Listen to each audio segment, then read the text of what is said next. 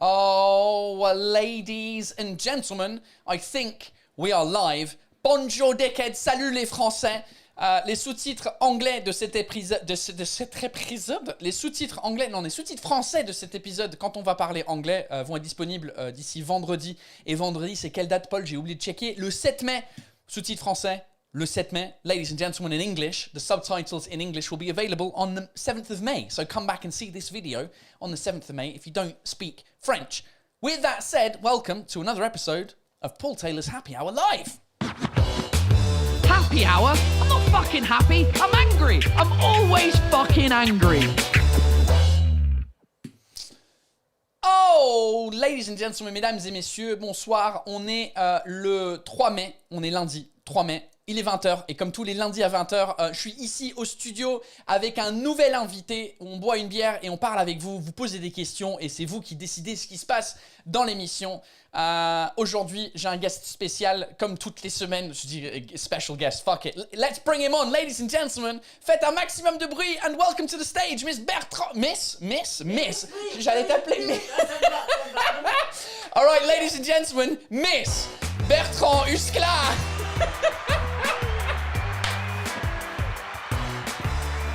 Je garde, j'aime très bien Miss.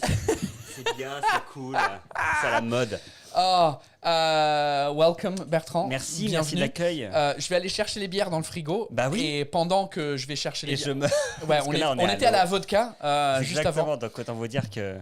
Pendant que je vais chercher les bières, est-ce que tu peux te présenter pour les gens qui te connaissent pas forcément de mon public, bien entendu. notamment ma mère qui regarde tous les lives, même si elle parle pas du tout français. D'accord. Elle So aime I bien do it in regarder. English. I won't. No. Il y a des gens anglais. Il y a beaucoup de gens anglais. Il y a non des, c'est plus de français que d'anglais. D'accord. Mais souvent les Français ils parlent anglais qui regardent la chaîne. Donc présente-toi, qui tu es, qu'est-ce que tu fais dans la vie et je vais chercher les bières. Avec plaisir. Bon, bonjour à tous. Bienvenue sur le Paul Taylor Live Happy Hour Club. Je m'appelle Bertrand Huskla. Je suis auteur, comédien. Coucou. Moi aussi, je t'aime bien. Je suis auteur, comédien du programme court Brut, que vous avez peut-être vu. Dernièrement, on a fait un épisode avec Paul, qui est absolument formidable, un de mes épisodes préférés de la saison. Et voilà, je suis acteur et je suis devenu un peu, malgré moi-même, humoriste cette année, ce qui n'était pas le cas à la base. Ni ma formation, ni rien. Super. Can I have the... Yeah, go. There is a ninja. Il y a un ninja derrière que vous voyez pas.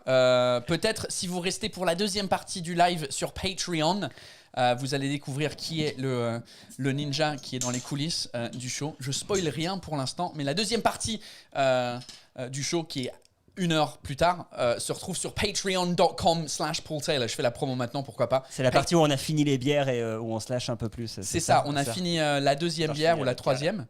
Et on se lâche un peu plus et il y a un peu plus de fun. Non, pas plus de fun, mais juste il y a plus de gossip dans la deuxième partie. Patreon.com/Paul Taylor pour la deuxième partie et on verra peut-être. On va bitcher sur des gens du game, de la comédie, de YouTube, ça. tout ça. On va cracher sur tout le monde. Donc voilà. Bertrand.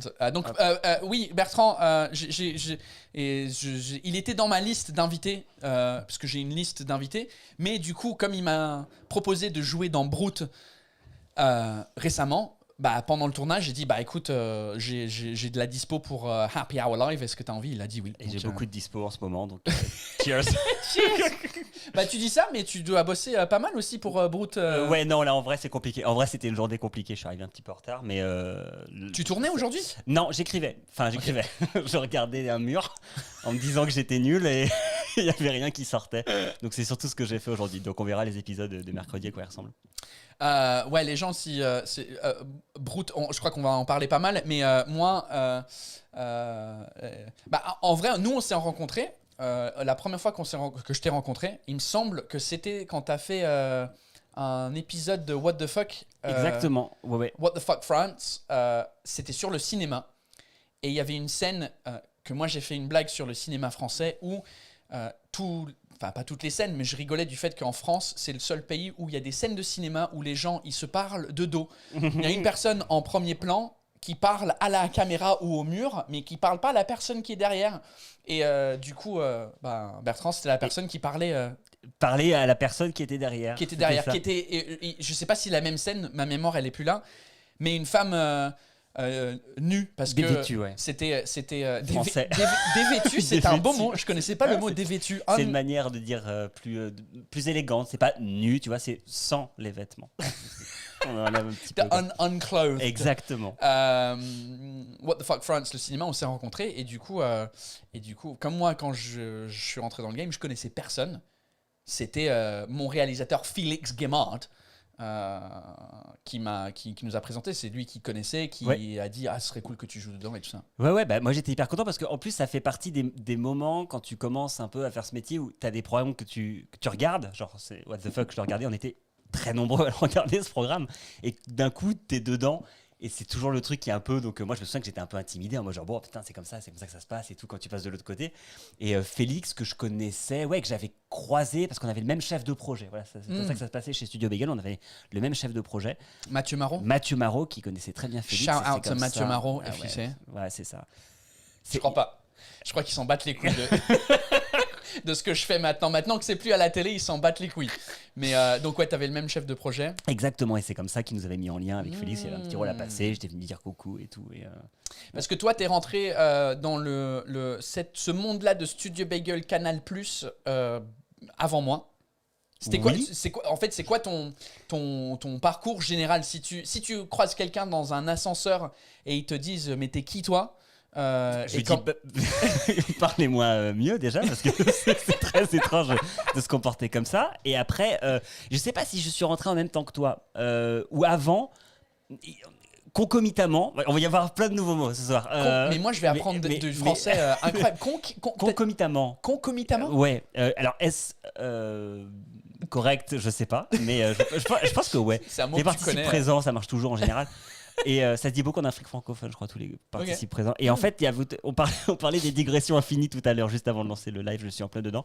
Moi, je suis rentré de Studio Bagel à peu près au même moment, mais nous, on était rentrés avec notre collectif Yes Vous Aime, mais sans programme. C'est-à-dire qu'on est rentrés et eux, ils nous ont donné une enveloppe, ils nous ont donné de l'argent, ils nous ont dit, faites des blagues avec cet argent pendant 1 an. Mais il n'y avait pas de diffusion de prévu, c'était une petite enveloppe, un petit budget, c'était un petit laboratoire qu'on avait, mais on n'avait pas de programme, quoi. Donc, ce collectif Yes Vous Aime. Oui. Vous êtes combien? Vous êtes 4? Ouais, on est 4 acteurs, 4 potes d'école. Et on a monté ce collectif, on a pris des caméras à notre sortie d'école, on a tourné des trucs dans la rue, avec une idée un peu, genre, notre rêve, c'était d'être repéré par une boîte de prod, tu vois. C'est un truc qui veut rien dire, en fait, qu'on soit produit. C'était notre rêve. Et rétrospectivement, c'était le pire des trucs à faire parce que ça n'existe pas, tu vois. Mais c'est quand même ce qui s'est passé. Enfin, tu vois, c'est toujours les trucs, les paris qu'il ne faut pas faire. Et je pense que c'est notre ignorance qui nous a beaucoup aidés parce que si on avait eu un taux de réussite probable, un taux de succès de notre expérience, je pense que c'était franchement proche de 0. Mais comme on ne le savait pas, on l'a fait et ça a marché. On a fait une vidéo qui a pas mal buzzé. C'est là où on était contacté par Lorenzo Benedetti qui gérait Studio Bagel. Ouais. À l'époque, il nous a dit les mecs, rejoignez-nous. Maintenant, Studio Bagel appartient à Canal+. On a des fonds pour développer des chaînes YouTube. Et je crois qu'on était la dernière chaîne YouTube qu'ils ont financée pour la développer. D'accord. C'est le moment où la bulle Internet explosait, en fait. Et Ouais, que c'est après, où voilà. tous les youtubeurs, et on était là. Enfin, je dis on parce que moi, je suis pas. En fait, moi, je suis devenu youtubeur Oui. après ça. Canal+. J'ai fait Canal+, et ensuite, je suis devenu T'as youtubeur. fait le parcours inverse. toi. C'est vraiment... Voilà. C'est vrai, ouais. Moi, je fais tout à l'envers. Exactement. Je conduis à l'envers, et donc, du coup, je fais mon Tu vas parcours à régresser de l'envers. plus en plus si tu vas venir par un spectacle d'école. Ouais. Et donc, t'es rentré dans Studio Bagel Canal+ avec Yes Vous Aime, et ensuite vous avez fait plein de vidéos, plein de projets. Et qu'est-ce qui... Moi, je me souviens pas dans quelle année c'était. J'ai l'impression que c'était il y a 2, peut-être 3 ans, peut-être 4, où vous avez fait le programme court. Lequel on avait fait la conf de presse, mais c'est un programme qui n'a pas. Non, Non, c'était plus une... putain, je me souviens plus c'était les coulisses de YouTube. Ouais, c'est ça. On a fait une série qui s'appelait Abonne-toi, c'est tout ça. Abonne-toi, Ouais, c'est très ça, bien, très abonne-toi. bien. Il y a déjà un commentaire qui est super et je vais vraiment le prendre au premier Ouais, degré, vas-y. qui est Bertrand, parlez plus lentement s'il vous plaît. Et Ok, je vais Bertrand. le faire. Parce Ok. que c'est un truc, même pour moi, c'est quelque chose que je dois. Doris Locked. Exactement. All right. Un truc Speak more slowly. que je dois faire, bien entendu. On avait effectivement fait une web série. C'était. Nous, on a tendance à appeler ça, alors pour ceux qui connaissent la série française 10%, on appelait ça le 10% du web. avec et 10% du budget de 10%, on imagine aussi, parce que c'était vraiment Ça, c'est drôle. sans argent, quoi. Mais qu'on 10%, l'avait fait. ça existait à l'époque quand vous avez fait ça? Ouais, où ils allaient le lancer, où ils nous ont piqué l'idée, ou je sais pas. Mais non, je pense que ça existait. Il y avait déjà une saison. On voulait faire un truc comme ça. On voulait faire comme Platane, 10%.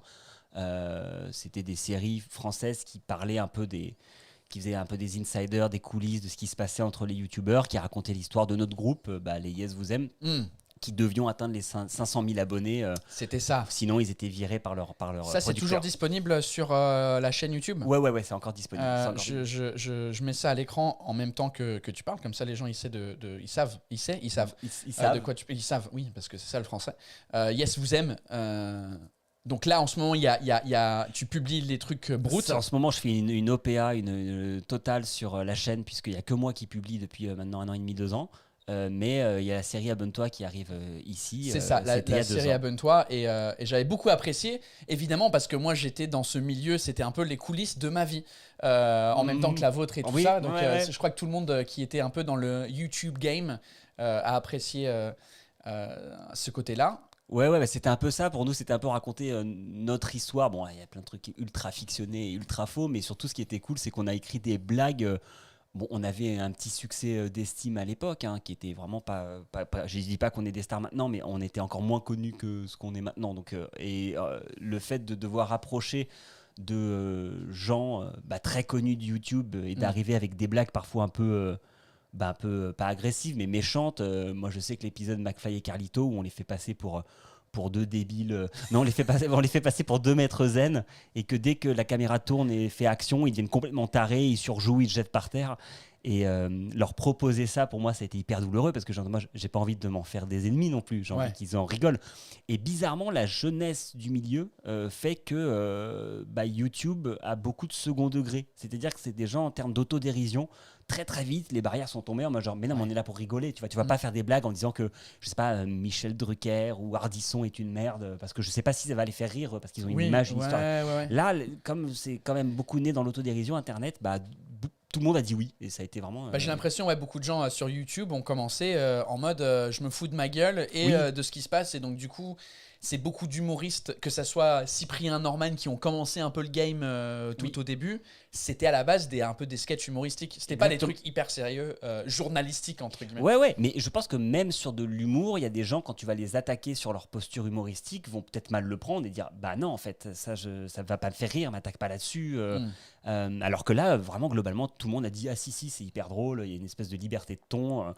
Il y avait, moi je sais que le passage de Cyprien dans la série, je trouve ça génial ce qu'il fait, l'espèce de regard qu'il a, et sur lui, il est un peu écrit comme un diable en fait. C'est qu'il arrive et il nous donne le pacte faustien de je peux vous donner la vie éternelle, par contre il va falloir vendre votre âme, c'est-à-dire faire de la merde, faire des jeux à la con et tout, et je trouvais ça hyper fort qu'il porte ce discours avec son talent et son humour, quoi. Il y a Lilou Bou qui dit l'humour décalé de Brute, j'adore. Merci Lilou. Et donc j'allais en revenir à ça.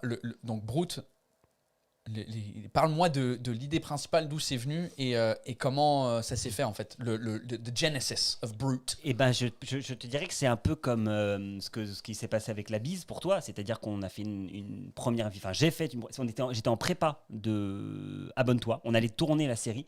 Et à un moment, j'ai une idée. Je vois la vidéo d'un astrophysicien qui s'appelle Aurélien Barraud, qui alerte sur l'urgence climatique.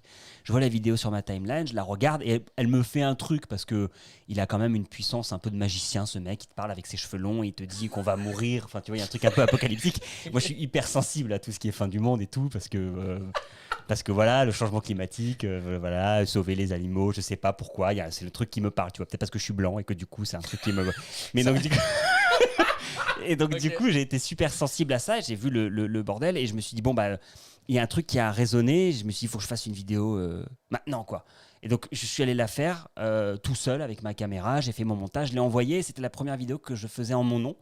Je la balance et dès le lendemain, elle fait un nombre de vues conséquent. Et tu l'as mis sur Internet Ouais, je l'ai mis direct sur Internet, sur le compte de Yes. Le compte Twitter de Yes, et j'ai lancé en mode. En fait, il y avait un truc, parce qu'il y a une question qui est: suis-je la seule à avoir cru que Bertrand Huskla était un nom d'emprunt pour pas refaire la parodie?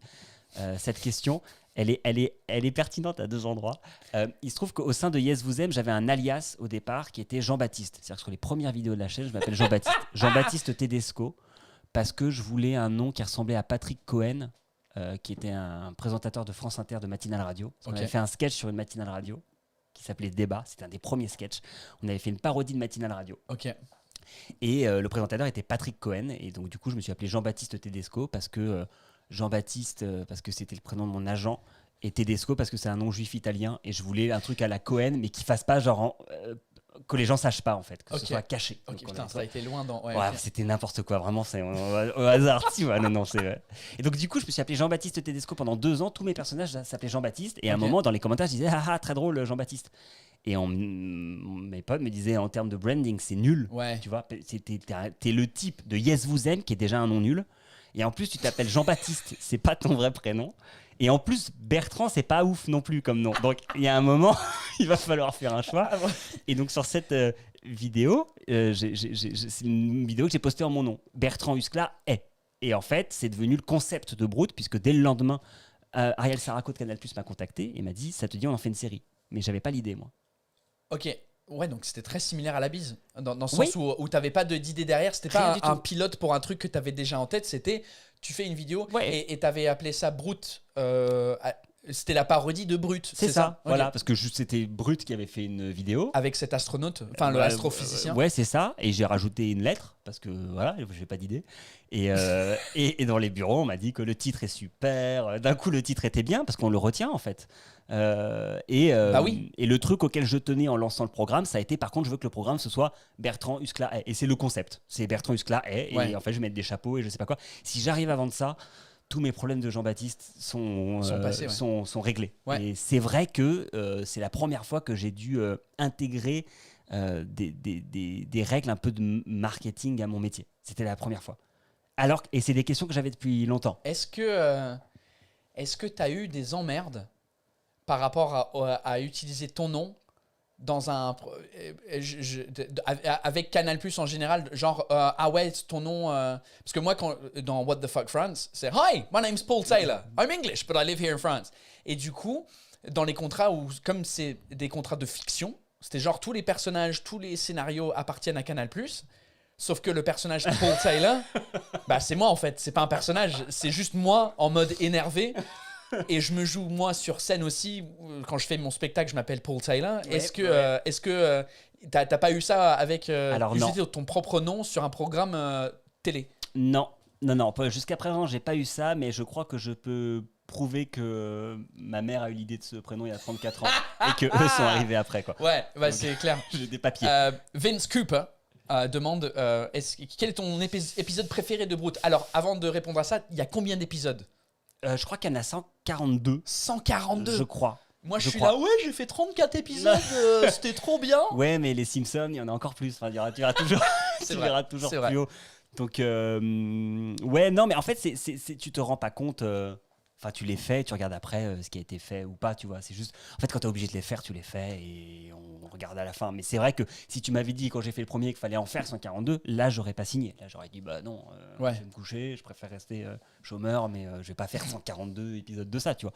Mais en fait, le truc se fait un peu naturellement et c'est l'avantage de ce programme, contrairement, je pense, à What the Fuck, c'est que moi, je peux le casser. C'est-à-dire qu'au début, c'était des parodies de Brut. Là, il y en a, ça devient n'importe quoi. On sort des parodies de Masterclass, on fait une parodie de Méliès. Enfin, on casse le truc, quoi. C'est que en fait, devenu son propre truc que t'as pas besoin forcément d'avoir ces codes. C'est ça. C'est les meilleurs concepts, c'est les faux concepts. Il y a juste le nom et en fait, tu mets ce que tu veux dedans, quoi. Et alors ça, c'est royal et c'est ce qui permet de faire vivre le truc après. Et donc ton épisode préféré, à part celui où je suis dedans moi, que j'ai sincèrement, que je trouve hyper drôle parce qu'il casse le concept, je trouve aussi, parce qu'on se tape dedans, on fait n'importe quoi, il y a des interactions qui sont un peu fun. Il y avait des commentaires sur cette vidéo. Si vous n'avez pas vu la vidéo Brut sur les pubs anglais. Je te check parce que sur Facebook is where it's at, parce que ça va être le plus vite. C'est une vidéo qui dure 2-3 minutes et c'est sur la parodie que les pubs en Angleterre ils ont rouvert en extérieur et du coup j'ai eu la chance de jouer dedans et effectivement il y a pas mal de commentaires parce qu'à un moment donné please cheers to being drunk together and outside than alone in an apartment. Bertrand Huskla. Ok, donc ça je l'ai gardé. Concept.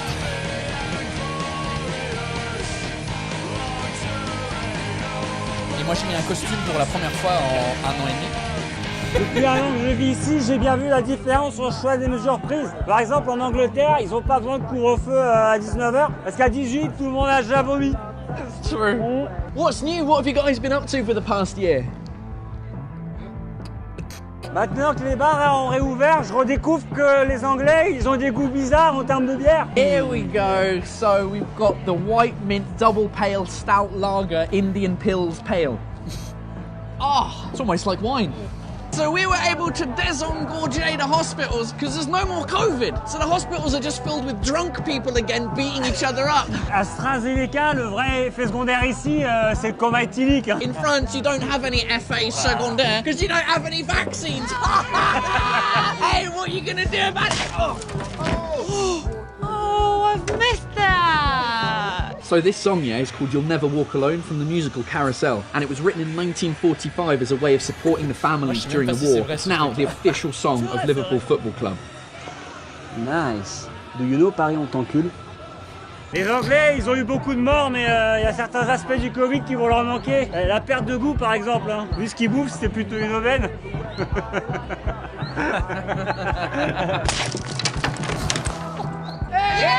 Comme il n'y a que les terrasses qui sont ouvertes, on est obligé de faire preuve de créativité si on veut profiter des activités des pubs en extérieur. Là, par exemple, c'est le perdant qui tire la cible.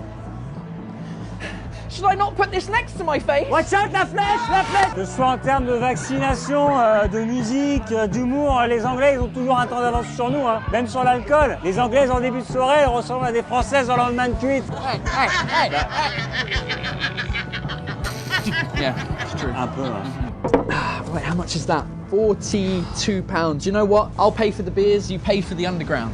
J'ai un peu l'impression de me faire niquer, là. I'll pay back the difference.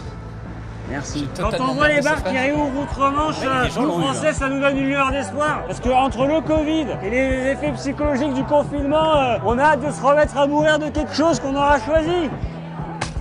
Oh, bar fight! Alors, deux choses qui sont drôles. La première, c'est que la chanson que tu as utilisée, c'est la même chanson que je mets pour monter sur scène. C'est ma chanson, parce que ça vient de Audio Networks, et Oui, c'est une c'est chanson ça. Libre de droit d'auteur. Bien entendu, qu'on les connaît toutes, les chansons libres C'est de ça, droit. et donc du coup j'utilise cette chanson pour monter sur scène, donc ça m'a fait hyper plaisir. Hyper drôle. Ouais, c'est complètement une coïncidence parce qu'on n'avait même pas parlé de ça. Mais là où j'en arrivais, c'était il y a beaucoup de gens dans les commentaires qui pensaient qu'on vraiment, ils ont dit je pensais que c'était des verres en sucre que vous vous pétiez sur la gueule, mais après vu les marques, je crois que c'est des vrais verres.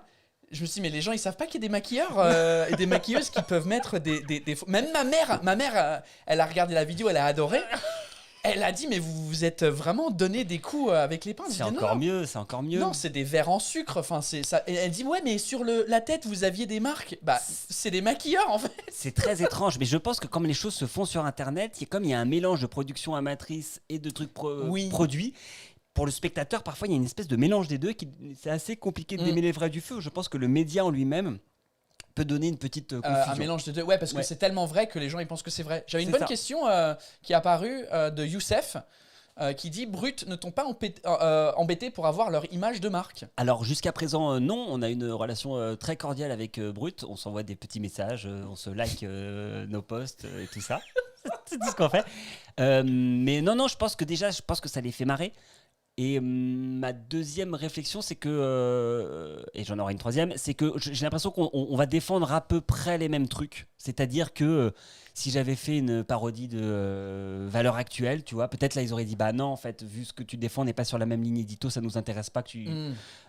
Et enfin, c'est pas un foutage de gueule de Brut. Je dis pas que c'est nul ni rien, je reprends leur format et donc du coup, je crois que ça les institutionnalise quelque part. Oui. C'est leur meilleure pub. Ça leur rend un peu de crédibilité qu'il y a un programme qui se fout de leur gueule sur Canal+. Enfin, qui se fout de leur gueule, non, mais ça veut dire que la référence en termes d'infotainment sur Internet, c'est Brut. C'est pas Combini, c'est pas Loopsider, c'est pas J+, je sais pas quoi. C'est Brut. Et en fait, sans arrêt, dès que ça marche, quelque part, ça leur marque. Donc moi, je pense que logiquement, je serais chez Brut, je dirais, laissons faire. le mec ça a l'air cool, voilà, il dit des trucs. Voilà. Est-ce que tu as des moments ou est-ce que tu as des commentaires des gens, par exemple, qui vont regarder un vrai reportage brut et qui te taguent dans les commentaires pour dire hey Bertrand, tu vas faire une parodie de ce truc-là? Sans arrêt. Ça n'arrête pas, ça remonte et tout, je sais pas quoi. Et c'est drôle parce que du coup, je vois aussi la sensibilité politique de la personne qui me tague. C'est-à-dire que si c'est un mec de gauche qui est outré par une vidéo de droite ou l'inverse et que je vois que les deux pensent que je vais pouvoir faire le truc, je vois aussi, il y a des moments où c'est hyper malaise. Parfois, il y a des mecs qui me ressemblent aussi parce que je crois que j'ai une tête qui ressemble beaucoup à d'autres têtes. Ouais, comme moi, ouais. Ouais, voilà. Bon, J'ai des gens qui me taguent tout le temps. Il y a un mec sur TikTok il y a un mec sur TikTok qui est prof d'anglais en plus, qui me ressemble. Il arrête pas de me taguer dans. Tu sais, il y a des trucs de genre. Il y a des filtres genre quelle célébrité est-ce que tu ressembles. Et du coup, ça fait le truc. Bref, oui. Ouais, donc, très bien. Je crois que c'est parce qu'on a des têtes de gens que tout le monde. Exact. Tu ressembles. Voilà. Moi, je ressemble comme n'importe qui. Toi, que tu ressembles. Pareil, un archétype qui revient, tête écrasée, les yeux qui tombent, ça va être moi, tu vois. Et en fait, on est nombreux, tu vois. Donc, il y a sans arrêt les trucs qui remontent. Mais jusqu'à présent, je sais pas si ça m'a inspiré pour une vidéo. Jamais je me suis dit oui, il m'a sorti une pépite, je vais le réutiliser. Ouais, parce que moi je me suis dit c'est aussi un peu une source sans fin pour Brut, pour le programme, c'est que comme l'actualité elle tourne tout le temps et puis comme il y a ce format, enfin il y a plein de trucs que à un moment donné aussi j'ai plus d'idées, il y a forcément une idée quelque part de quelque chose que Brut a fait ou pas. C'est ça, du coup, moi, je les parodie eux quand il y a une thématique qui m'intéresse, toujours en essayant de pas me foutre de la gueule des gens parodiés ou ce que j'ai peut-être fait au début et qui sont des épisodes que je peux regretter, et au fur et à mesure le programme s'est trouvé lui-même, et voilà, si je reprends leur thématique, c'est juste parce qu'en fait il y a une base existante, donc en fait les gens qui connaissent vont avoir une référence et ça va m'aider parce que du coup ils vont en rire plus facilement.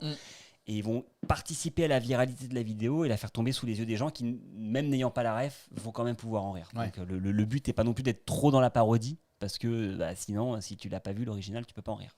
Exact. Kelly Garcia, Paul just looks like any white man with a ginger beard and glasses. Et voilà, c'est ça. C'est une validation de ce qu'on vient de dire. Les gens souvent ils me disent Ed Sheeran, depuis quand est-ce que Ed Sheeran il fait des lives sur YouTube? Allez vous faire enculer les gens, ok? What else, ladies and gentlemen? What do we have? Attends, on va checker ça. Emilien Fonder, Brut vous a pas proposé de mettre vos épisodes sur la nouvelle plateforme Brut X. Rien à voir avec du porno, bizarrement. Écoute, alors, ils ont une plateforme, c'est ça? Ils ont lancé une plateforme que j'ai pas encore regardée, mais où ils mettent effectivement des reportages, des films, et sur genre une espèce de Netflix, quoi. Un Netflix, mais que pour Brut. Que pour Brut. Parce que je sais pas s'ils l'ont lancé aux États-Unis, ça aussi. Je sais qu'ils avaient fait une levée de fonds incroyable qui commence à se lancer là-bas. Brut à la base, c'est américain ou c'est. Il me semblait que c'était français. Okay. C'est Renaud Levanquin qui avait lancé ça. Okay. Mais j'ai peut-être pas tous les noms des gens qui l'ont créé parce que j'ai que lui, parce que c'est un ancien de chez Canal. Et je sais que là, ils ont lancé leur plateforme. Mais bon, moi, le programme appartient à Canal+, pas à Brut. Pas encore. Non, je lance rien, pas du tout. Il n'y a rien de prévu. Mais non. Alors, Mika Luna, on n'a pas. L'épisode préféré. T'as pas répondu à la question, ouais. Sur les 146 ou je sais pas combien. Je sais pas parce que j'ai toujours répondu le même pour les mêmes raisons à chaque fois. Il y en a un sur le jeune homme des années 60 où je fais un jeune homme en noir et blanc. Je fais une archive INA. Ah oui. Et en fait, je joue un gars des années 60 qui parle des femmes avec un phrasé un peu d'époque, un peu chantant. Et c'est vraiment un épisode que j'adore parce que c'était une des premières fois où, en fait, quand on a joué, j'ai tourné l'épisode, en répète, on s'amusait beaucoup avec la forme et tout, je sais pas quoi, on tourne le truc et je suis hyper content. Et je vois le premier montage et je trouve ça catastrophique, quoi. Je me dis, mais non, mais mince, mais on dirait un vieil acteur, enfin un mec débutant et tout. Je trouve que ça marche pas du tout, rien ne marche. Et puis j'appelle catastrophé mon monteur et je dis écoute, je sais pas quoi faire. Et mon monteur me dit non mais calme-toi en fait. Je n'ai pas mis le truc en noir et blanc. J'ai mis le truc en noir et blanc, mais je n'ai pas mis l'effet de son un peu dégradé d'époque. Et j'ai pas mis l'espèce de flash sur l'image qui te fait la pellicule d'époque. Mais je te jure que ça va marcher quoi. Et il met cet effet et boum, d'un coup la magie apparaît. Je me suis dit ok. Enfin j'ai eu hyper peur et là d'un coup. Ça a tout changé juste avec ce traitement du son. D'un coup, ça a changé. J'ai un personnage qui est apparu. Et c'est une des premières fois où j'ai vu un autre gars que moi dans l'écran. Où je me suis dit, j'ai l'impression d'avoir reçu une médaille d'acteur, tu vois. Ah tiens, je peux jouer autre chose que moi, quoi. Ouais. Et ça m'a fait hyper plaisir. Et du coup, je l'ai beaucoup revu. Parce qu'en plus, ça, c'est un autre truc aussi qui est que je trouve que les épisodes, les blagues, à mon sens, les plus drôles, vraiment, les plus parfaites, c'est celles qui demandent le moins d'incarnation, à mon sens, de personnage. C'est-à-dire que, pour moi, si la blague est parfaite, t'arrives, t'es neutre, tu dis la blague, elle est drôle. Oui, ouais. De base, tu vois. Et quand la blague, elle est pas dingue, bah, t'as besoin d'un personnage derrière. À l'inverse, parfois, quand t'as un personnage, tu peux juste balancer une saloperie. Et c'est drôle. Et c'est drôle. Et du coup, en fait, je trouve que plus le personnage est chargé, moins les blagues sont drôles. À mon sens, techniquement, j'entends. Ce qui fait que l'exercice de stand-up pur, à mon sens, tu dois être drôle. Enfin, t'as pas d'autre choix. Tu dois avoir des super bonnes blagues, quoi. Ouais. Et après, tu fais des personnages, tu joues, et je sais pas comment. Il faut des bonnes blagues. Là, sur ce personnage-là, j'avais pas de blague, j'avais que du jeu. C'est-à-dire que ça m'amusait de le faire que si je le jouais. Si tu ne joues pas, le texte, il est chiant, quoi. Il y a peut-être un jeu de mots où je dis que j'aime les mollets des femmes et j'aime les œufs mollets, j'aime Guy Mollet, mais on va pas loin avec ça, tu vois ce que je veux dire. Ouais. Il Mais faut- dit dans... Ouais, je Mais comprends. dit d'une manière, en fait, je trouve que c'était des blagues qui sont nulles. Donc en fait, si le personnage il tient pas derrière, c'est juste une humiliation Ouais. en public que tu es obligé de diffuser parce que tu es lié Bah, contractuellement. c'est peut-être pour ça que dans le monde anglophone, on regarde l'humour français en théâtre, je veux dire en mode dans la vraie vie, pas à l'écran, mais en théâtre comme... après, le stand-up, ça devient un peu plus courant en France, mais en général, on regarde ça et on voit des gens qui se déguisent, enfin les stars de l'humour en France, les Baudins, Ouais. qui remplissent des stades et des zéniths partout en France. Je suis obligé d'acquiescer, ouais. C'est des gens qui s'habillent, c'est un mec qui s'habille en vieux, un vieux mec, une vieille nana, des fermiers qui sont là, et ils font des jeux de mots des fois un peu doutables. Mais comme ils sont dans leur personnage, et je crois que le monde anglophone, on a fait ça avec les Monty Python, avec plein de trucs avant, et comme le stand-up c'est devenu de plus en plus genre le côté réel de l'humour, où on est sur scène et les blagues sont bonnes, on regarde ça et on dit ouais, c'est de la merde. C'est ça, parce que je pense qu'en fait, il y a un truc qui est en plus ultra référencé culturellement. Les Baudins, c'est vraiment un super exemple parce que c'est des gars qui, je crois, à la base, ont eu une espèce de fame, c'est quoi le mot? De notoriété, Notoriété, ouais. locale dans une région, en fait. Oui. Donc c'est ultra référencé culturellement. Moi, c'est des gens, je les croise pas dans la vie, les gens qui les interprètent. Mais c'est ultra référencé culturellement. Il n'y a pas... la localité de l'humour en France est assez forte, c'est ça que je veux dire. Et j'ai l'impression que la pratique anglo-saxonne, alors déjà la langue anglaise, qui est quand même beaucoup plus simple, qui se transforme plus vite, qui va plus direct, qui est plus courte, qui est plus straightforward, quoi. Donc c'est beaucoup plus simple d'écrire, avec aussi toujours la possibilité que une bonne blague, potentiellement, et c'est encore plus vrai aujourd'hui, une bonne blague, elle peut devenir mondiale. Contrairement à la France, ce sera toujours limité à la francophonie. J'ai l'impression qu'il y a à l'intérieur de la langue anglaise la possibilité de devenir mondiale, donc il y a une espèce de condamnation à l'efficacité. Et je trouve que ça, en humour, c'est une bénédiction. Parce que ça te permet de voir ça comme une mécanique, ce que tu n'as pas en France. Moi, je sais que tous les livres d'humour que je lis, ils sont en anglais. Comment faire une blague, c'est quoi, et je sais pas quoi, tu vois. Et il n'y a pas d'équivalent en français. Ouais, c'est vrai. Ouais, c'est intéressant. Il y a un mec qui dit Axel, qui dit Axel Baron, go on, get on the screen, son. Je suis le seul Français à ne pas connaître les Baudins. Déjà, ça s'écrit pas comme ça. Donc tu les connais pas, donc on te croit déjà. Je crois que c'est juste B-O-D-I-N-S, c'est ça? B-O-D-I-N'-S, ouais. Ah oui, c'est ça, ouais, il y a un Ouais. apostrophe. Et c'est drôle parce que London Paris qui me fait la blague, Paul en train de parler des Monty Python quand il les connaît pas, quand il les connaît à peine, lol. C'est vrai que je suis pas. On a découvert sur un live il y a quelques semaines un Américain qui est parti en monologue de Monty Python et je le regardais un peu genre. Bon. Et je savais pas que c'était Monty Python parce que je suis nul. Bertrand, question pour toi de Roberto Medina. Qu'est-ce que tu as fait comme formation? Ça, c'est. Juste avant de répondre à c'est une question tellement française. Parce que dans le monde anglophone, on s'en bat les couilles. Mais en France, même moi, avant de faire de l'humour, quand je travaillais chez Apple, c'était c'est quoi ta formation? Qu'est-ce que tu as fait pour travailler ici? C'est quoi ta formation? What studies have you done? What are your studies? What are you studying? It's a very French question. C'est vrai, c'est un truc qui change pas et qui changera jamais. Et je sais pas, c'est très bizarre, mais c'est très français, ouais, t'as raison. Moi, donc- j'ai fait des études alors au début, moi, je suis perdu dans des licences universitaires de sciences politiques. Nice. Et après, ouais, enfin, c'est le nom qui est cool, mais peut-être pas grand-chose.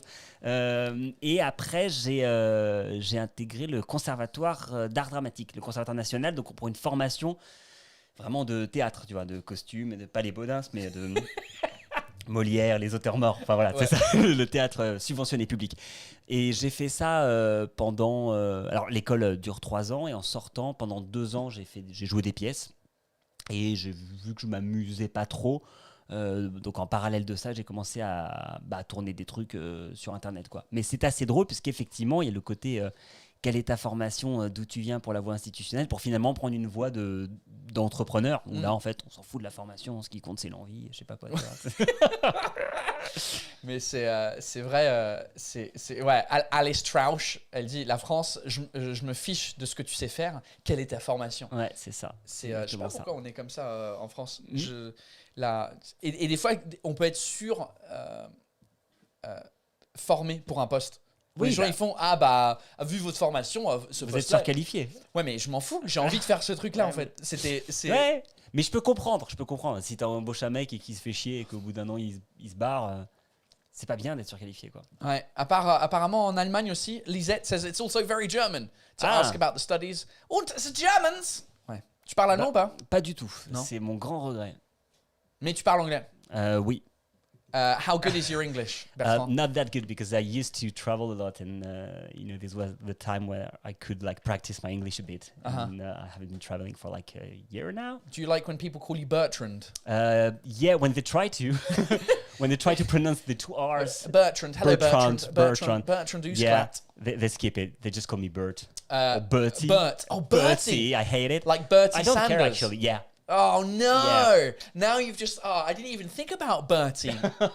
Oh shit! Yeah, some of them do. That's your name now for me. Oh, I'm going to right. call you Bertie. I'm Okay, going to okay. change your number in my phone to Okay, take Bertie. it. Yeah, Bertie fine. Usklat. Because I do a thing on the show almost every week with my guests to see if how good their English or their French is, depending on who the person is. Right. Huh? I was thinking like how good their English is depending on Depending what on they've it, yeah. been So drinking. you I might mean, need to drink some more. yeah, my English is shy so far, but Your English is shy? Well, let's make that less shy. There's a section of the show called Express Yourself where Sure. basically you guys online, you send us your favorite English expressions, the funniest ones, let's say the funniest English expressions, and we'll see if Bertie, knows the English expressions, one.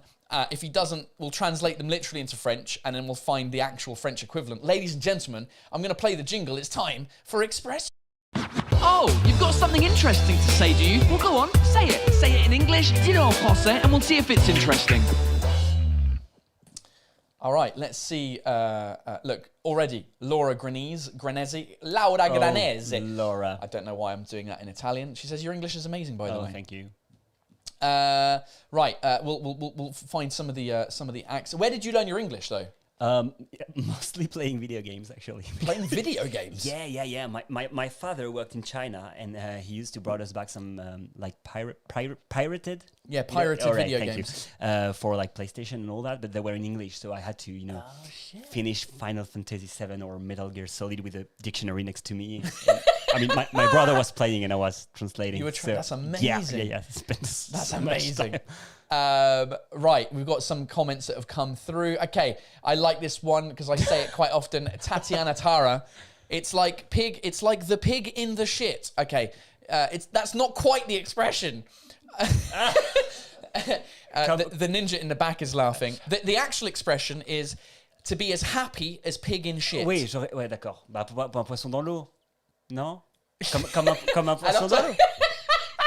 Alors toi, t'as pris un cochon dans la merde, poisson dans l'eau. Oui. Ouais. Ben, j'aurais dit que c'est une expression, mais avec l'humour anglais. Nous, on est très premier degré sur les expressions, Ouais. et que vous, il y aura peut-être une ironie dedans, like Alors- happy like a pig in the shit. It's as happy as pig in shit. As pig in shit. Ben, oui. Mais c'est pareil Well- que pig in the shit, non? Ou, enfin, Well, a pig in the shit. No, because alors très subtil. Si tu es in the shit, ça veut dire que tu es en difficulté. Donc, si je te dis « There's a pig and he's in the shit Ah, ça veut ok. dire que Il est en- le cochon, il est dans la merde. Genre, Ouais. pas littéralement, il est dans la merde, mais il est dans, il est dans il une est dans- situation compliquée. voilà.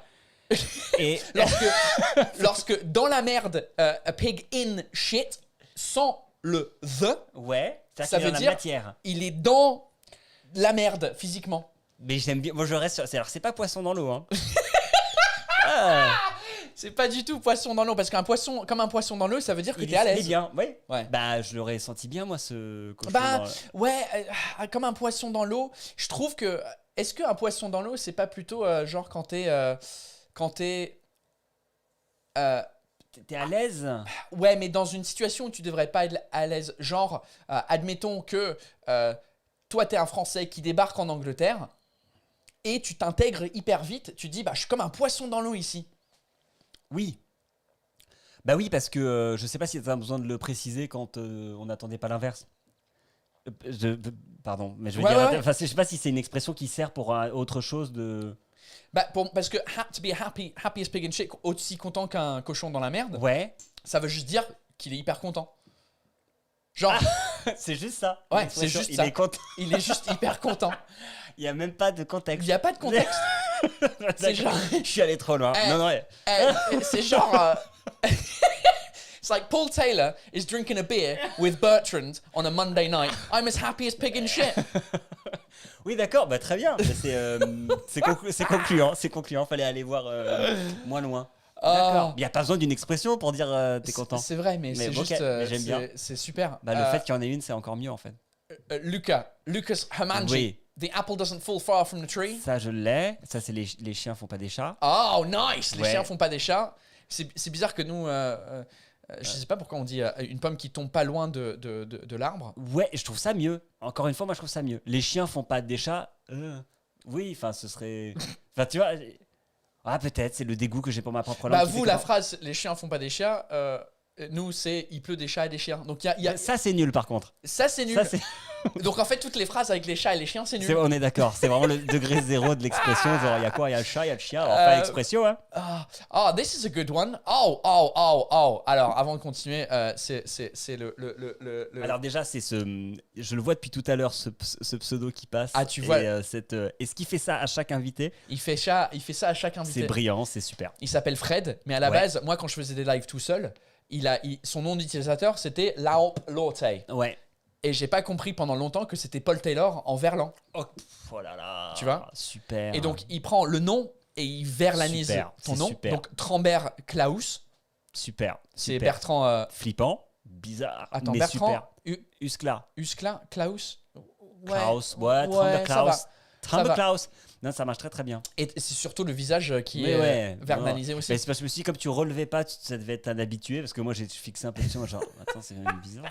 Donc lui, sa suggestion, c'est to give a tinkle on the blower. Oh, that's a good one. Tinkle. A tinkle on the blower. Jesus Christ. Ça, si t'as ça, je suis impressionné. Non, bah, je l'ai pas parce que tinkle, je sais pas ce que ça veut dire. Enfin, to give a tinkle. I'm going to give him a tinkle on the blower. The ninja's laughing. The ninja is laughing. Is, To give a tinkle. Okay. There's another phrase. I need to go for a tinkle. faut que j'aille pisser. Ouais, D'accord, exactement. très bien. Faut que j'aille pisser.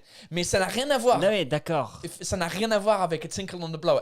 Commençons avec blower. Blower. Mais blower, je sais pas ce que c'est le blower, un truc qui souffle. Techniquement, ouais. Mais techniquement. c'est du slang anglais. Je sais pas si c'est du Cockney rhyming slang. Oh les gars. Cockney Cockney rhyming. rhyming Je sais slang. pas si blower c'est Cockney rhyming slang ou pas. Je le regarde. Blower slang. I'm just going to see if it is Cockney. But blower means telephone. Oh. To get on the blower and called how blower. I don't know if it's Cockney rhyming. Is it Cockney rhyming? No, it's just blower from Old English. Cockney rhyming is like dustbin lids for the kids ou des trucs comme ça là. It's like going to the nuclear sub means to go to the pub. All right. Okay. Going yeah. up the apples and pears, All right. the okay, stairs. Okay. Get on the blower. Slang providing. I don't know where it comes from, but yes, the blower is the telephone. So a tinkle on the blower. Bah, un coup de fil, mais Ouais. tout ça, d'accord. C'est un coup de fil. Mais alors, pourquoi tinkle? A tinkle, a little tinkle. I don't know. A tinkle. I don't know. I don't know what a tinkle means. All right. It's not tickle like chatouiller. Ouais, it's ouais. tinkle. So I don't know. To have a tinkle in the blower. Lau plote. Good fucking work. Let's have another one. Il y en a plein que je connais pas. Bah, prends-en un que tu connais pas. C'est juste que si moi je le connais pas, on est dans la merde. Tempest in a Teapot. Mais Where's that? Debbie Lesser. Oh, Debbie Lesser. Ouais. A tempest in a teapot. I don't know what that means. A tempest in a teapot. Isn't it a? Yep. Isn't it a? Isn't there another phrase for that? Une tempête. Mais I think it's what's a tempête in English? A storm. A storm in a teacup. That's what we say. A storm in a teacup. Non, c'est nul, c'est pas beaucoup. Non. Sorry, Debbie. Your Non, phrase is mais shit. très très bien. Genre, c'est rien. Tu vois ce que je veux dire? A Genre storm in a beaucoup de bruit pour rien. Where to create a storm? Is it a storm in a teacup? Un paix dans l'eau. Voilà. Un paix dans l'eau. I think they've mixed French and English there. A tempest in a teapot. But yes, a storm in a teacup, whatever. Mais personne l'a entendu. Elle l'a inventé. On est en train de se prendre la tête sur un Si, truc tu complètement vois, en inventé. fait, Les c'est gens ça sont que j'aime parce que les Français, ils essayent de trouver des trucs marrants, mais ils n'y arrivent pas. Tu vois, comme le premier là qui était a pig in the shit. C'était pas exactement, ça voulait dire autre chose. Lui, to give a head. C'est pas to give a go, essayer. Non, alors, Euh. je crois que Alex W, il veut dire to give head sans le A. If I was To to, give head. if somebody was giving somebody head. Fais-moi la courte échelle. Ça dépend à ton échelle combien elle est courte, mais Combien est courte ton échelle? non, c'était une Parce que c'est sexuel. ouais, c'est C'est sexuel. ça, blowjob sinon? C'est ça, Ah bah ouais, ouais, j'osais exactement. pas. J'osais pas ce que j'allais dire. Mais je crois qu'Alex, il voulait dire to give head, which means to give a blowjob. Head, D'accord. tête de bite, la tête, to give head. Mais to give a head, littéralement, en anglais, ça veut rien dire, ça veut juste dire donner une tête. Attends, to give head, la head signifie la bite? Oui. Ah, je pensais que tu donnais ta tête, tu offrais ta tête à la bite. No, because you're not giving your head, you're giving head. To give head. Ah, you give head. And head is the head of the dick, Ok. I think. Is that right? Native English speaker in the house? Maybe. I don't know. To give head means a blowjob. To give a head is something out of a gangster movie where you just give a head. Which- Alex, it's not an you need to expression be though. very It's just careful real life. with the word or the letter A, because it adds a lot. To give a head, to give head. Very different expressions, Alex. Oh, Jesus Christ, I love it. Tu peux pas give head à une fille? Point d'interrogation. Bonne question. Can you give head? Du coup, si c'est la... Alors, Alexis, il a une bonne question. Tu peux pas give head à une fille. Oui, Selon ton explication, non, c'est pas possible. mais tu peux. Ça se dit. D'accord, ok. I gave A her head. can be Ouais, right. on a rendu le truc gender neutral. Ok. Parce que tu sais, les Anglais, on est progressifs. Vous êtes beaucoup plus en avance que nous. Vous avez le yel à la base dans Oh, votre... shit.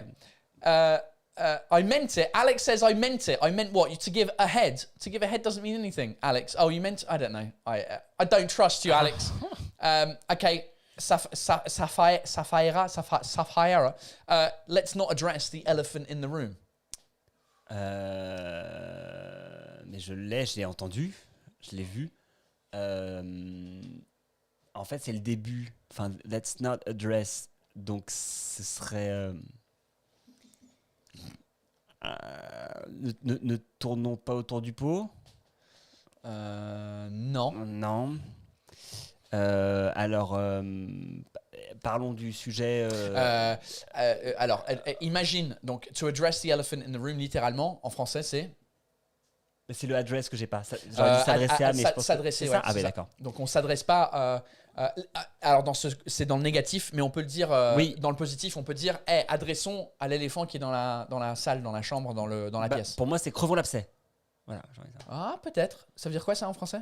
Bah, c'est ne tournons pas autour du pot, enfin, parlons du truc, quoi. C'est presque ça. C'est, en fait, c'est... Il y a un problème et... c'est imagine que depuis tout à l'heure, il y a juste il y a quelqu'un qui est assis sur le canapé. Ou il y a genre un mec à poil sur le canapé. Et du coup, depuis le début, on n'en parle pas. Bah, on dirait que là, on n'a pas adressé l'éléphant dans la salle. Ça veut dire que ce soit une situation comme ça où imagine, tu arrives dans une réunion d'écriture quelque part et il y a un truc qui s'est passé un peu. C'est ça que je veux dire. Crevons l'abcès, pour moi, c'est ça. C'est plus crevons l'abcès, ouais. Il y a genre. Voilà, il y a une réunion. T'es sorti, t'as embrassé ma meuf, il y a une histoire et je le sais, tu sais que je sais, et puis on se retrouve. Et on n'en parle pas.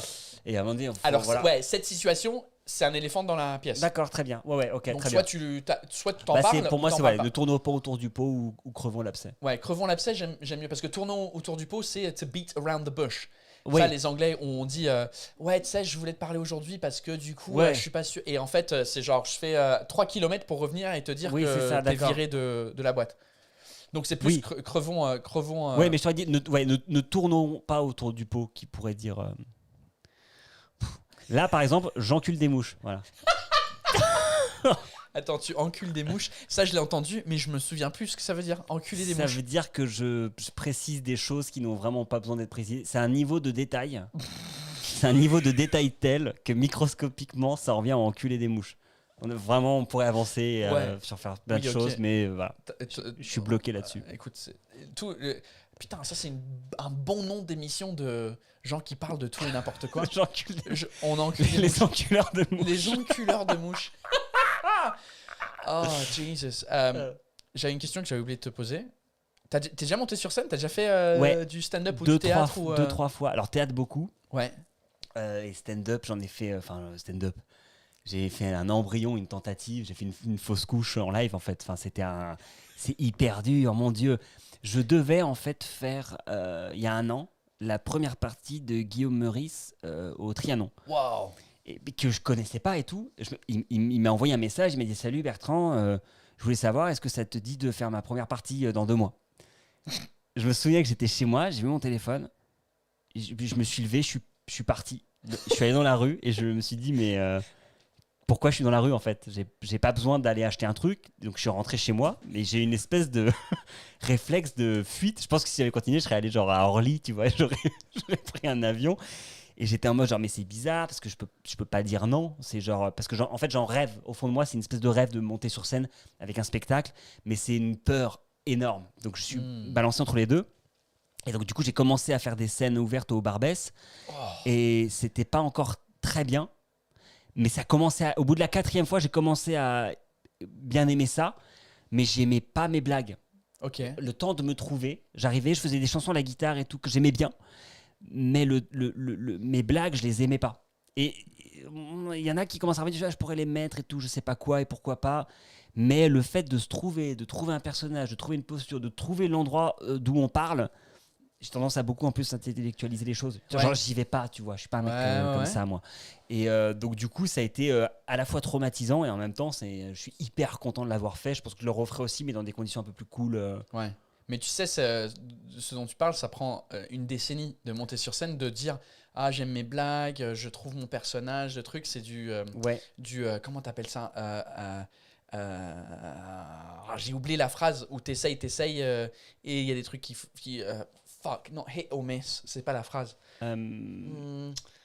Mais bref, oui, ça prend du temps. Et il y avait cette phrase que je trouvais super sur les mecs de stand-up où, bon, c'est pas la phrase exacte, mais qui disait le stand-up, ça prend toute une vie pour être bon, mais il suffit d'une soirée pour devenir nul. Et Oui, ouais. l'espèce de truc, en fait, Ouais. ce rapport aux montagnes russes que ça peut faire. Enfin, je sais pas, avant de trouver la sérénité de cet endroit, enfin, ça me paraît être un nouveau métier. Oui, Et en fait, si moi je me mets à faire ça, je pense qu'il faudrait que je trouve une manière de le faire et de me protéger avec ce que je sais faire. La raison pour laquelle moi j'ai voulu être acteur et pas faire du stand-up, c'est parce qu'en fait, mon endroit de faire des blagues sur qui je suis, donc en fait sur ce qu'il y a sur scène, à savoir moi, est un truc qui me fait peur. Ouais. En fait, de me de dire, te dévoiler et de raconter des trucs de ta Voilà, vraie vie. exactement. Parce que quand t'es acteur, tu fais ce que tu veux, tu je me joues mets ton personnage et puis j'ai c'est une pas toi. moustache et dadadadada. C'est ce qui m'aide. Mais l'endroit de stand-up, d'honnêteté, d'intimité, je trouve ça vertigineux. Et en même temps, je trouve que c'est les endroits qui après te permettent de construire des relations avec des publics qui te permettent d'expérimenter le plus loin dans l'humour. Et c'est pour ça que je suis pas faux, toujours partagé. Trial and error, c'est ça que la phrase que je cherchais. Merci Florian. C'est du trial and error. T'essayes un truc, ça fonctionne pas, t'essayes un autre truc. Mais ce que je raconte souvent, surtout quand j'ai eu des musiciens qui ont été sur le live, la grosse différence avec les musiciens et limite pas mal d'autres métiers, c'est que quand tu fais du stand-up, la seule manière de pratiquer ton truc, de perfectionner, c'est devant un public. Tu peux pas faire ça à la maison tout seul. Tu sais, un scénario d'un film, bah, tu l'écris, après tu le fais, et puis après t'as des gens qui disent ouais, ce dialogue-là, machin, et donc et ensuite tu vas tourner le truc, et en vrai tu vois le produit final en tant que public une fois que tout est fini. C'est ça. Lorsque avec le stand-up, bah, tu vois tout le processus en direct. Tu peux pas te perfectionner à la guitare pendant 10 ans à la maison avant de chanter des chansons, écrire des chansons. Oui. Tu es obligé de faire ça devant un public. Donc c'est ça qui est, je crois, assez difficile quand t'es pas habitué à ça en fait. Bien sûr, bien sûr. Ouais, c'est ça. Bah, c'est comme si tu t'apprenais des morceaux en live. Ça peut être chiant, ça peut être douloureux. Ouais. C'est ça. Imagine, c'est genre, ok, je vais écrire mon truc pour voir si ça fonctionne. Est-ce que... C'est un peu ça. Ouais. What are the questions? What are the questions do we have for Cher Bertrand? Mehdi dit trop chaud, Ouais, notre bah, Bertrand. c'est moi, je suis Trop chaud. Bien entendu. Chaud, C'est moi. as in CHAUD. Ça, c'est la version texte. On va Chaud. sur- ouais, Trop on va chaud. sur rapide. Oh, look, chapeau pour ta participation dans l'effondrement. Ah oui, j'ai fait un petit passe. Participation, je passe dans le fond. Hein. C'est vraiment un petit. C'est quoi un petit l'effondrement? passage. Je connais pas. C'est une série réalisée par les Parasites, Ok. qui est un chef-d'œuvre. Je dis vraiment pas ça parce que c'est des potes, parce qu'en général, quand des potes font des trucs que j'aime pas, juste j'en parle pas parce que ça me met mal à l'aise. Là, j'en parle parce que c'est limite, je suis jaloux du talent de ces mecs, quoi. Et ils ont fait une série qui s'appelle L'Effondrement, qui est une série de 8 épisodes d'environ 20 minutes, qui ont pour le concept, ce sont 8 moments où en fait la Terre arrive au bout de ses ressources. En fait. Donc on arrive sur le collapse de Jared Diamond, genre le moment où la Terre bascule dans le chaos, et ce sont des plans séquences de 20 minutes qui montrent des décisions prises. J'en ai entendu parler, ouais. Et Mais j'ai pas regardé. c'est formidable. C'est vraiment le truc incroyable. Moi, j'ai participé à un épisode qui est le dernier épisode, où chacun des épisodes se passe à J-3 avant l'effondrement, J0 à une station-service, le jour où il n'y a plus de gouttes d'essence dans la station-service, J+1 mois quand les centrales se sont arrêtées. Et moi, le dernier épisode, c'est genre J-1 an.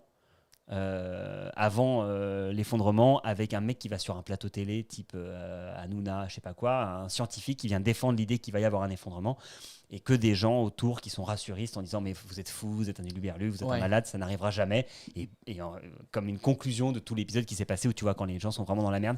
Et j'ai trouvé ça brillant parce que c'est pas du catastrophisme débile, c'est-à-dire que ça remet l'effondrement là où il doit être, c'est-à-dire dans une fiction, ça ne va pas arriver genre c'est la merde. Non, ça va être progressif. Il y aura un épuisement des ressources, il y aura des guerres, ça va pas être un truc qui s'effondre. Et tout ça, c'est en plan séquence. Exactement. C'est pour ça que j'en ai entendu parler, parce que comme je suis hyper fan de plan séquence, oui. Les gens ils m'ont dit ouais, il faut que tu regardes cette série, mais j'ai juste pas eu le temps depuis de faire ça. Ouais, c'est vraiment le truc extraordinaire. Oh, this is a good question. Shit. Do we have the link for the second hour? Jenny Richards, no. Patreon people, for the second hour, which will start in a couple of minutes. I will put the link on Patreon. I haven't done it yet because I'm a lazy bastard. Donc la deuxième heure, le lien il n'est pas encore dispo, mais je le mettrai sur Patreon dans quelques minutes, une fois qu'on a fini cette conversation. On va continuer un petit peu pour la première partie. Tamara S. À défaut du stand-up, est-ce que tu as des projets cinéma à venir? Je sais pas si c'est pour moi ou si c'est pour toi, mais pour toi. Pour toi, réponds aussi. Moi, j'ai un projet cinéma que j'ai fait qui était censé de sortir. Il n'est pas encore sorti. C'est mon premier film et je crois que ce sera mon seul film en France. C'est la biopic de Céline Dion. Oh. Mais j'ai entendu que du bien, moi, de ce film. Moi aussi, mais je ne l'ai pas vu. D'accord, très bien. Mais je suis dedans pendant une demi-seconde où je joue même pas en anglais. Tu sais. C'est une blague que je fais sur scène que j'aurais aimé.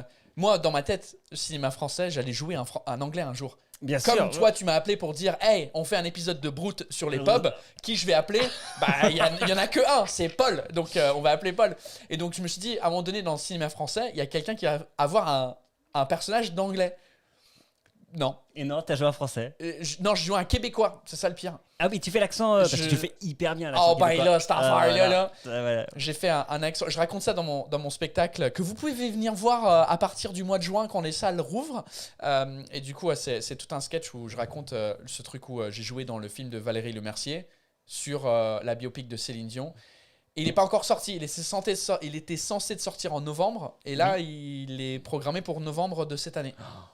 Ouais, ils ont fait toutes les promos et tout, je les voyais passer. Ouais. Ah ouais, d'accord. Ouais, donc ça, c'est mon seul et unique projet actuel et dans le futur pour le cinéma. Toi, Bertrand, est-ce que... Ouais, moi j'ai des trucs qui commencent. Ouais, moi j'en ai plein alors. Non, attends, j'en ai pas plein. Ouais, non, j'en ai pas plein.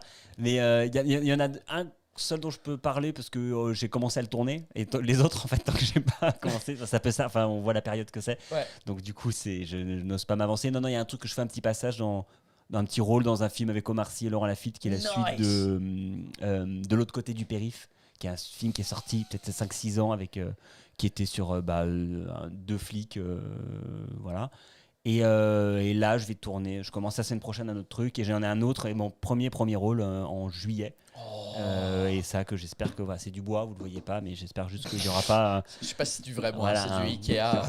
un variant népalais qui juste va nous flinguer Le variant Kazakhstan. ces trucs. Voilà. Donc premier rôle dans un truc aussi. Ouais, c'est ça. Oh, c'est ouf ça. Ouais, bah je suis pas à l'aise encore avec ce truc, donc va falloir travailler un petit peu, mais ça va le faire. Et ça va demander combien de jours de tournage, un truc en premier rôle C'est 30 ou 40, je crois. Ouais, c'est un... Genre de suite. Oui. Ouais, on tourne ça juillet, août. Ouais, juillet, août et début septembre. Nice. Ouais, c'est cool. Ça va On être va cool. voir. On va voir. C'est cool. Right, here we go. Oh, this is a good question. Clem884. Quel est le pourcentage de blagues que vous coupez dans un épisode de Brut? Moi, j'ai remarqué qu'il y avait quelques blagues qui ont sauté dans notre épisode. Oui. Sur la bière. Je ne me rappelle plus, c'était laquelle? Je sais plus non plus s'il y en a une. C'était, on parlait de, je me rappelle plus maintenant. Mais il y avait une ou deux blagues qui ont été coupées. Bah, c'est possible. En fait, le but quand on écrit des sketchs, c'est d'avoir le max de blagues. Parce que c'est pas cher à tourner une blague. T'as le même cadre et t'as ton truc et tu les balances toutes. Et après, tu vires les plus nuls et les gens pensent que t'es drôle. C'est juste que t'as viré les mauvaises, quoi. Parce que c'est pour laisser une bonne impression, tu vois. C'est bien le montage dans le coup. Pour ces trucs comme ça. Le test, en fait, c'est le rodage. Voilà, c'est ça, c'est le montage. Et pareil, en fait, il y a des blagues que t'écris et elles sont nulles, puis tu les joues, elles sont super. L'inverse est très vrai aussi. Là, par exemple, sur l'épisode qu'on a regardé, quand on dit la blague sur les Anglaises et qui ressemble, les Françaises en début de soirée ressemblent aux Anglaises. Enfin bref, cette blague-là. Les Anglaises en début de soirée, ouais. Bof, ouais, qui est fun, un petit twist, mais je sais pas quoi. Et je trouve qu'elle est transformée derrière, et après, par toi qui fait OK, et le fait que je dise aussi un peu. Enfin. Il y a plein de petits étages qui font que bon, elle passe et elle est fun et elle est cool et enfin bref, et ça on peut pas le savoir. Il y avait un aussi où on était tous assis ensemble parce que c'est le seul moment où il y a un peu un silence dans l'épisode. C'est quand je dis hey, les gars, what have you guys been up to for the last year? Il y a un silence et dans mon souvenir quand on a tourné il y avait d'autres phrases derrière. Non, on faisait ouais à la fin. Comme un rappel vrai, du trinquage. On comprenait pas. Ça me paraissait très clair. Et quand on l'a joué, ça m'a fait beaucoup rire. Ouais. Quand on n'a rien à dire, du coup, on fait genre. Mais en fait, il fallait juste jouer ce qu'on n'a pas fait, qui aurait rendu la blague encore plus claire. On n'a pas juste fait un. Qu'est-ce que vous avez fait cette dernière année? Juste, on n'a pas joué le truc de base. Ouais, c'est vrai. Il y avait ça, mais il y avait une autre blague. Je me rappelle plus à quel moment c'était, mais c'est vrai qu'il y avait des trucs coupés. Et ouais. Et en gros, quand tu écris le truc, d'ailleurs, quand tu écris le projet, c'est quoi le processus d'écriture en fait? Bah, c'est. On arrive le matin, on trouve une thématique en général sur ce qu'on a vu la semaine passée ou les trucs qu'on a en tête. On cherche dans l'actu. Voilà. Et vous êtes combien On est 2 co-auteurs avec un réalisateur à côté. Et après, on ping-pong et on cherche sur des thématiques. Et après, on essaie de faire des passages obligés. En gros, c'est drôle. Et en fait, on essaie de reproduire... on fait du brainstorming. Donc, en fait, on parle. Ouais. On dit ce qu'on pense. On essaie de donner... un point de vue. Dès qu'il y a un point de vue, on essaie de le contrer. Ça, c'est le truc qui est toujours un peu drôle, de dire « Oui, mais pourquoi est-ce que... un point de vue, une polémique. Si jamais il y a une polémique, il y a beaucoup de polémiques sur plein de trucs en ce moment et n'importe quoi devient une polémique. Donc, ce qui est hyper drôle, c'est de la défendre. Je trouve que c'est un exercice d'éloquence que je trouve ça, c'est cool. génial. Tu vas avoir une polémique. Prenons l'exemple, par exemple, de, je sais pas, des mecs, bon, je l'ai pas fait l'exercice de brainstorm, donc j'aurais pas d'idée brillante à dire, mais là, il y a une polémique sur les généraux en France. Des militaires qui ont signé une pétition qui ont signé une pétition comme quoi, bon, bah, si le gouvernement se reprenait pas, c'est les militaires qui allaient reprendre la main.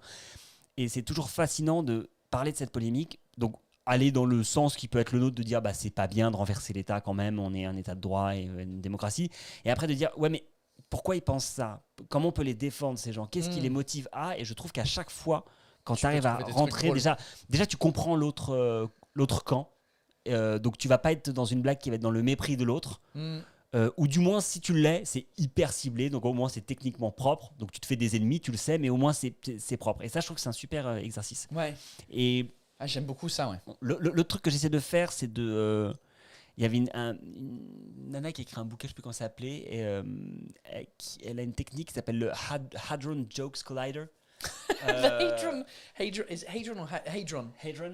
Jokes Collider. Yeah, qui est l'accélérateur de particules de blagues, où en gros son but est de faire sur 2 thématiques, si on prend je sais pas la bière et le ski, voilà, je sais pas, j'ai pas vu du ski, Ouais. et tu vas prendre le mot je sais avec l'écran, tu vas prendre le mot bière qui est ici, et puis tu vas tirer des petits traits et tu vas te dire tout ce qui te fait penser à la bière. Je sais pas, bourré, chapeau, pourquoi pas, ils mettent des chapeaux quand ils sont bourrés, des pubs, du blé, de l'orge, malt, tonneau, tout ça, bon tu fais ton truc, et à côté tu fais ski, et tu vas dire chalet, bonnet, nanana, puis tu fais la même chose, et après ce que tu fais c'est que tu caches le mot ski et tu essaies de relier tous tes trucs, bonnet, remontée mécanique, et tu essaies de le relier à des trucs trouvés sur tonneau, blé. Ah ouais, putain, c'est la technique C'est ça. d'écrire des blagues Et que moi j'ai pas. Mais, non, mais je dis pas qu'il faut le faire, parce que c'est nul, ça ne marche pas.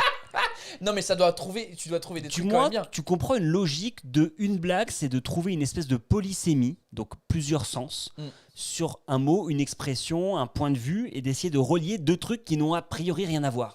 Et ça, c'est toujours un peu fun parce que ça te permet de penser à trouver un lien hyper loin entre 2 trucs. De te dire qu'il y a des liens évidents. Donc, il y a des blagues que tu vas pas te les faire parce que tout le monde les a déjà faites. Ouais. Ah, dans le Nord, ils couchent avec leurs enfants. Ok, on la connaît, cette blague, tu vois. Mais qu'est-ce que tu peux dire d'autre ? Après, parfois, tu es obligé de la faire, mais c'est drôle aussi. Mais il faut la jouer. Nous, c'est la version Pays de Galles en Angleterre. Voilà. C'est genre, ouais, les Pays de Galles, les Gallois, ils couchent avec.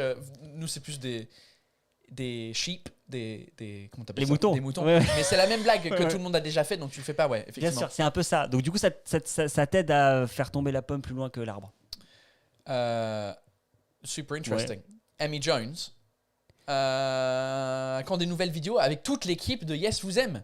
Et ben on devait faire ça l'an dernier et on a perdu notre budget avec Canal pour une émission qu'on devait faire, donc on devait recommencer cette année. Là on a des problèmes de dispo, mais on va en faire, c'est juste que là c'est la galère, tout a été foutu par terre en fait avec le Covid, ça a été Ouais, c'est pas évident. Ah, on s'est fait laminer, nous sur les trucs d'autant. En fait, comme on est une petite équipe, c'est là où tu te débrouilles, tu te démerdes pour trouver des trucs. On n'a pas la force de frappe de Canal+, là pour Brood par exemple, où là tu as des équipes, des trucs, des moyens, des locaux, tu peux tourner tous tes trucs quasiment tournés chez Canal+, en plus avec Brood.